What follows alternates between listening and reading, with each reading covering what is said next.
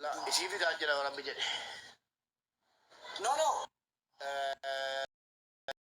jette yaadota tarii akka gaaffiitti isa gaafachuu qabnu tarii nullee waan hin hubatin yoo tarii namoonni daandiirra nu buusuu danda'an yoo yaada fayyaalessa kan kennan ta'e hubachaa deemuun wal hubachaa deemuun gaariidha waan ta'eef koomentii haa kennan taaptaap koppii liinkaa godhanu hanga danda'ameen garuu obboleewwan keenya sirratti itti gaafatamummaa fudhannee bifa kabajaa qabuun godhu jechuu barbaanna nama federaayyuu jibbaa qabaadhaa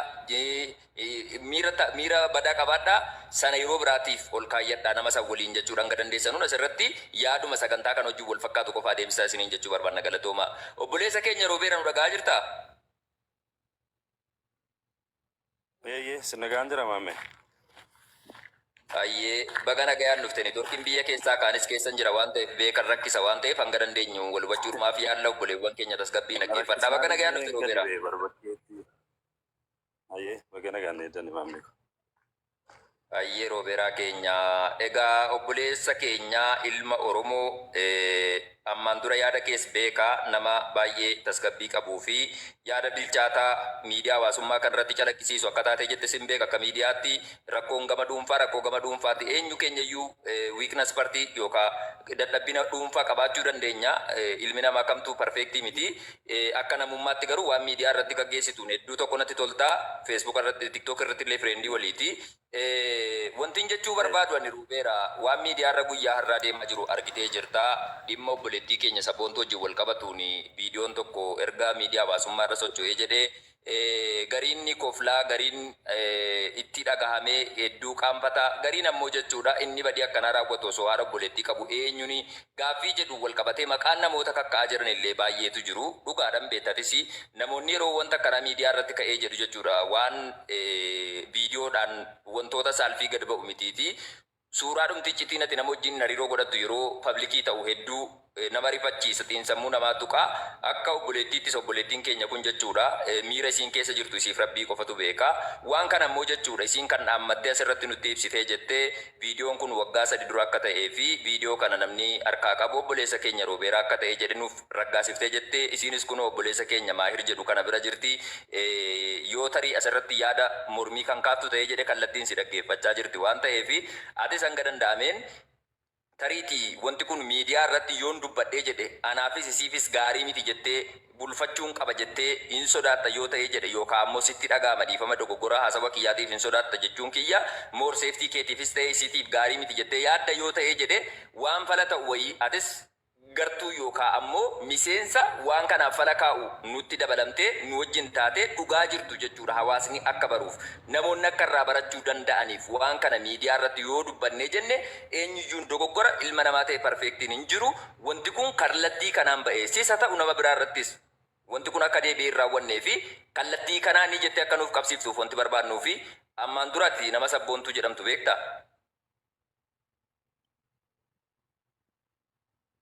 beekaanii ayyee hariiroon sabboontuu waliin qabdu akkami jedhee sin gaafadhu jaalallee isaa taatu nama miidiyaa irratti beektu haa taatu akkuma sana ammoo haadha manaa keessa taatu just fakkeenyaan kaasaa jira haadha manaa keessa taatu suni dhimma dhuunfaa keessaniiti bal'inaan keessa galuun barbaadu garuu sabboontuu wajjin hariiroo qabdan keessatti kallattii viidiyoo bilbilaatiin haa ta'u yookaan ammoo viidiyoo riikardid ta'e lafarraa fuutee sabboontuun sitti ergiteetti immoo hin ergine.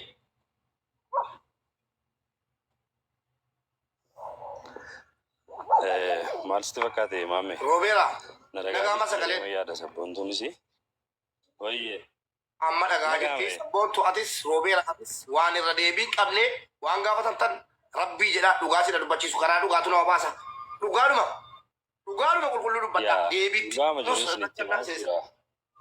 Ayyee mubee obsi itti fufi roobeeraa kiyya. Anaaf sabboontuu kan wal beeknu feesbuukii hiriyaa korratti na agarte waggaa 3 ta'a almost.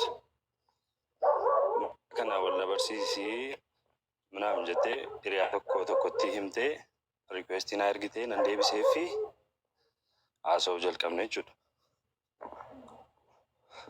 Anaaf ishee almost yoo baay'atee ji'a 2 yookaan ji'a 3 kan inni friend taanee turre jechuudha. Just akkuma nama tokkotti naasofna turre. Anamma waa'een viidiyoo roobeeraatu poosti godhee namatti ergee naam jedhu dhugaa rabbiiti. Ani maal jedhee kan dubbadhu yoon beeku waan akkasii godhus miti. Har'a galgalan dhagee akkas jennaan sabboontuu maa inni waggaa 3 asitti guyyaa tokko waliin haasofnee hin beeknu, chaatii walii goonee hin beeknu, hin dhaabne haasama walii jechuudha. Waggaa 3 keessattiin eda galgala isheetu naa barreesse iyyuu malee roobeenaan jettee wayyeennaan viidiyoo koo namatti ergiteetti. Viidiyoo maali? Akkas kunoo viidiyoon meesenjeraan namatti ergamaa jiraatti.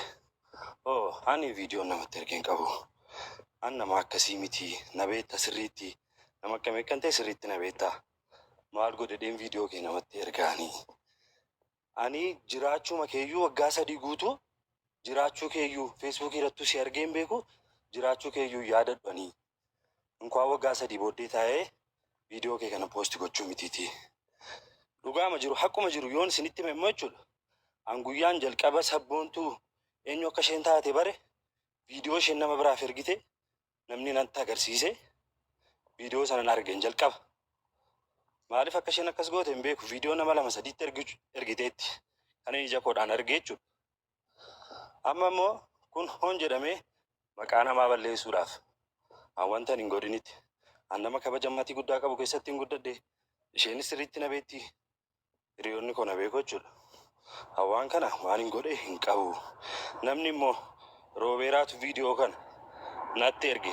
Roobeeraatu viidiyoo kana karaa meesenjeriidhaan sheer godhe jedhu jiraannaan immoo kun olaam laayivii irra dhufee abbaan jiru haasa'uu danda'a jechuudha. Na baay'ee nama aarsa. Callisanii akkasitti maqaa namaa balleessuun sirrii miti. Ani isheetu na gaddisiise baay'ee. Kan koo maqaa yoo badees rakkoo hin qabu garuu akka kanatti maqaan ishee haasa'ame.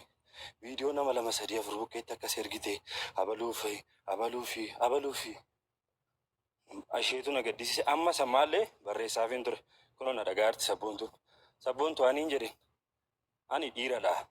Waan fedhe yoo ta'e situ na gaddisiisana. Maqaan kee keessatti ka'umsaa baay'ee nama gaddisiisa. Kunoo anaan immoo maqaa koo feesbuukii irratti akkas jedhanii poosti gochaa jiru.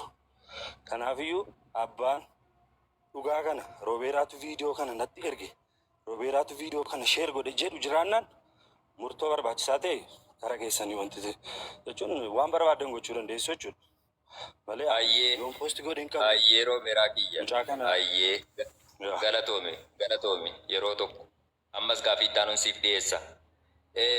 Viidiyoo kana osoo hin argin duratti jechuudha ergan sabboontuu beekee yookaan baree jedhe akkuma isiirraa fagaadhu kan na godhe viidiyoo san argeetii jechaa jirta. Ayyee isiin immoo viidiyoon sun jalqaba irratti yookaan laayivii irratti wajjiniin dhuunfaadhaan dhiimoon haa ta'u bootimiin haa ta'u any viidiyoo kool firii kooliidhaan jechuudha haa ta'u viidiyoo lafatti waraabde jette siif erguu haa ta'u. Uumama ishee wajjiniin etuu sabboontuu hin barin dura viidiyoo isheen. Ayyee galatoomi miyuutii godhan. Maammee. Viidiyoon kun erganatti ergame. Viidiyoon kun erganatti ergame almost waggaa 3. Waggaa 3 kanaan namaaf erguu miti.